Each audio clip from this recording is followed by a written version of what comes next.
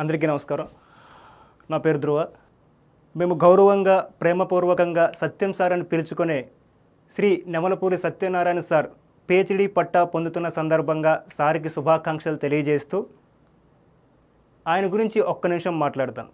APJ Abdul Kalam స్వామి వివేకానందను తన నరాల్లో నింపుకొని ఒక మహోన్నతమైన ఆశయాన్ని అలుపెరగని పోరాటం చేసి సాధించిన గొప్ప కార్యశీలి సత్యం సార్. స్వామి వివేకానంద చెప్పినట్లు లెండి, మేల్కోండి, గమ్యం సాధించే వరకు విశ్రమించకండి. దీనికి నిలువెత్తు నిదర్శనం సత్యం సార్.